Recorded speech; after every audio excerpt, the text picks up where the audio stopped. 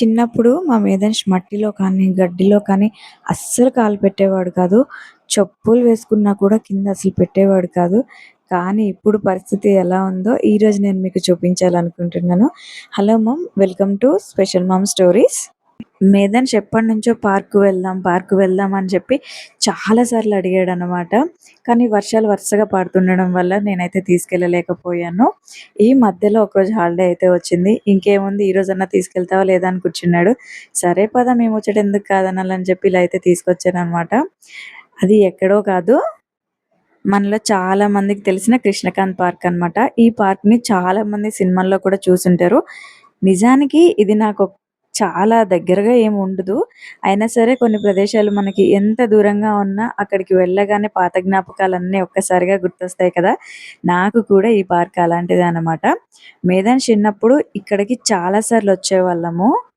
అప్పుడేంటంటే ఈవినింగ్ అయితే చాలు, అక్కడ మాకు ఇంటి దగ్గరలోనే వాకబుల్ డిస్టెన్స్‌లోనే బస్ ఎక్కేస్తే డైరెక్ట్‌గా తీసుకొచ్చి ఇక్కడ పార్క్ ముందు ఆపేసేవాళ్ళు.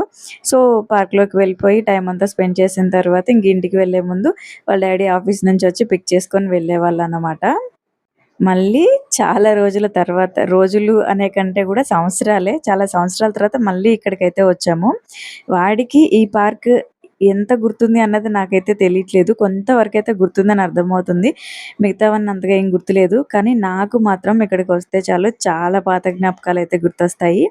అందుకే ఈరోజు మీతో ఒక విషయం షేర్ చేయాలి అనుకుంటున్నాను. నాకు మీతో చెప్పాలి అనిపించి చెప్తున్నాను. మనలో చాలామంది స్పెషల్ కిడ్స్ గురించి మాట్లాడేటప్పుడు ఆటిజం కానీ, డెవలప్‌మెంట్ డిలే లాంటి ఇలా మెయిన్ ఇష్యూస్ ఉంటాయి కదా! వాటి గురించే మాట్లాడతారు.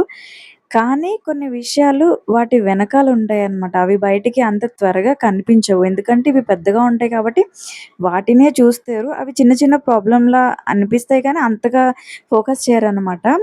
అదెలా ఉంటదంటే కొంతమంది పిల్లలకి డెంటల్ ఇష్యూస్ ఉండొచ్చు. కొంతమందికి ఇయర్, కొంతమందికి ఐ, ఇలా కొంత కొంత ప్రాబ్లమ్‌గా ఉంటది. ఇంకొంతమందికేంటంటే సెన్సరీ ఇష్యూస్ ఉండొచ్చనమాట.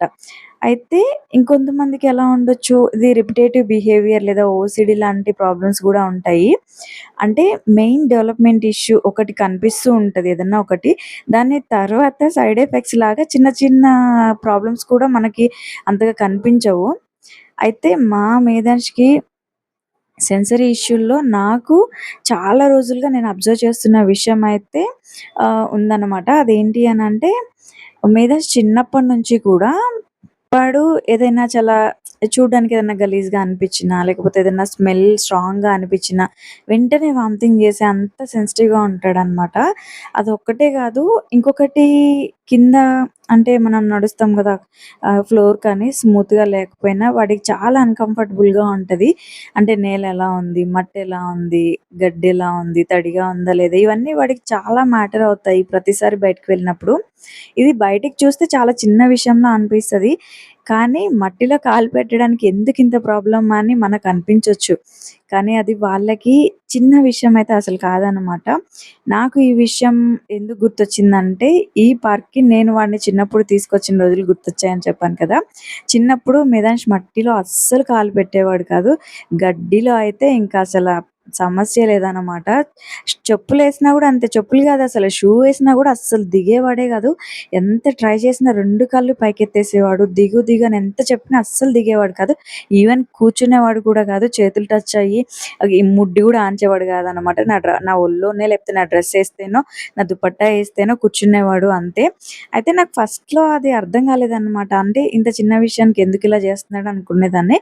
కానీ వాడు పెరిగే కొద్దీ నాకు ఒక 2 ఇయర్స్ అంటే 1 ½ ఇయర్, 2 ఇయర్స్ ఈ మధ్యలో నాకు బాగా అర్థమైంది. ఇది వాడికి ఇష్టం లేకపోవడం కాదు. వాడికి ఇదొక అన్‌కంఫర్టబుల్‌గా ఉంది. అంటే వాడి సెన్సరీ సిస్టమ్‌కి అది యాక్సెప్ట్ అవ్వట్లేదు అనని చెప్పి నాకు అర్థమైందనమాట. సో, నాకింక అప్పుడు ఒకటే థాట్. దీన్ని ఎలా అయినా సరే వాడికి అలవాటు చేయాలి అనని చెప్పి. అందుకే నేను దీనికోసమైతే ప్రత్యేకంగా ఏ థెరపీకి తీసుకొని వెళ్ళలేదు.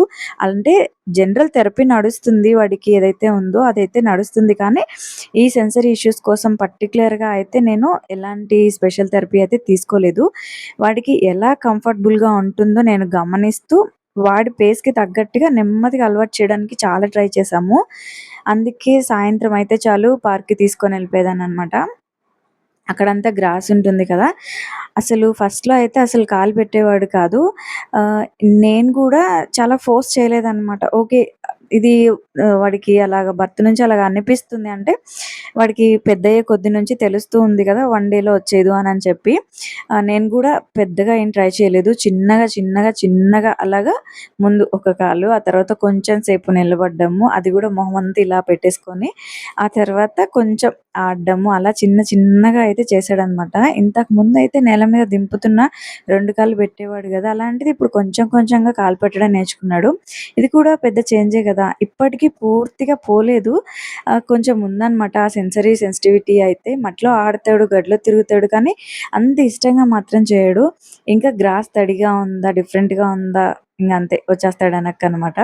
కానీ నాకది ప్రాబ్లమ్ కంటే గూడా ప్రోగ్రెస్ లాగా కనిపిస్తది. ఎందుకంటే ఒకప్పుడు అస్సలు కాలు పెట్టని వాడు ఇప్పుడు ఎళ్లి కంఫర్టబుల్ ఉన్నంత వరకు ఆడుతున్నాడనమాట. నాకు కూడా అదే ఇంపార్టెంట్. ఇక్కడ నేను ఒక విషయం మాత్రం చెప్పాలనుకుంటున్నాను.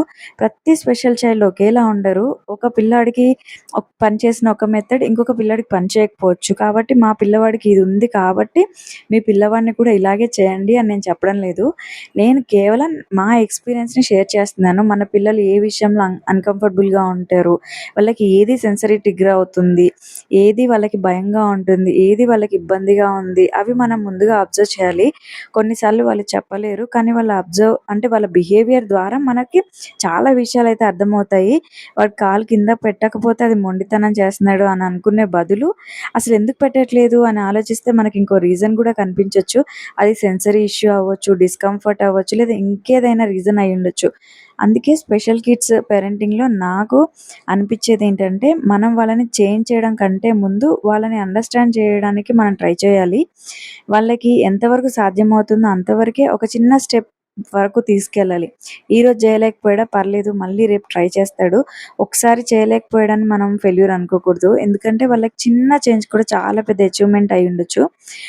ఇలా ఈరోజు పార్క్‌కి రావడం వల్ల నాకు మా వాడి చిన్నప్పుడి రోజులన్నీ గుర్తొచ్చాయన్నమాట. మీ పిల్లల్లో గూడా ఇలాంటిదేదన్నా మీరు గమనించుంటే కామెంట్‌లో చెప్పండి. దానికి మీరేం చేశారో కూడా చెప్పండి. Thank you for watching.